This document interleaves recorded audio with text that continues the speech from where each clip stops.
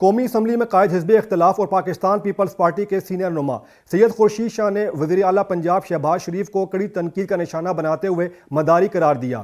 کہتے ہیں کہ شہباز شریف سیاست دان کم اور مداری زیادہ نظر آتے ہیں۔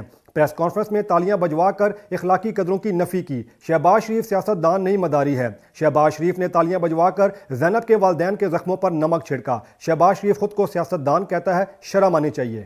شہباز شریف کو اپنی ناکامی کو چھپانے کی ضرورت نہیں ہے۔ پاکستان ہیومن رائٹس کی ایک رپورٹ آئی ہے جس میں کہا گیا ہے کہ تقریباً 1100 سے زیادہ 1200 کے قریب لوگ اس عمر کے اغوا بھی ہوئے ہیں اور ریپ بھی ہوئے ہیں پنجاب کے اندر۔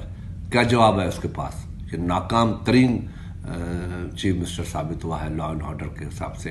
پاکستان میں جتنے صوبے ہیں سب سے برا میں برا لا اینڈ آرڈر اس وقت پنجاب میں ہے۔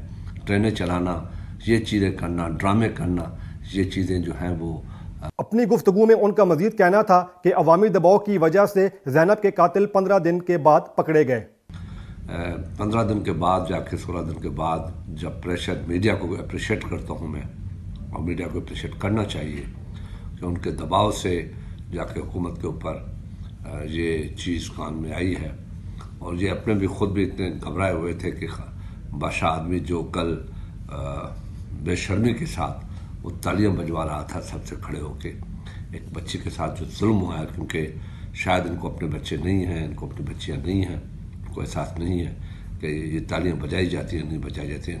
نقیب اللہ محسود قتل کیس میں سندھ پولیس اور حکومت کے کردار کے حوالے سے کہا کہ راؤ انوار کو گرفتار کرنے کی کوشش کی گئی، جبکہ نقیب محسود قتل کی تحقیقات اعلیٰ افسران کر رہے ہیں، جبکہ تحقیقاتی ٹیم نے کہہ دیا ہے کہ راؤ انوار اس میں ملوث ہے۔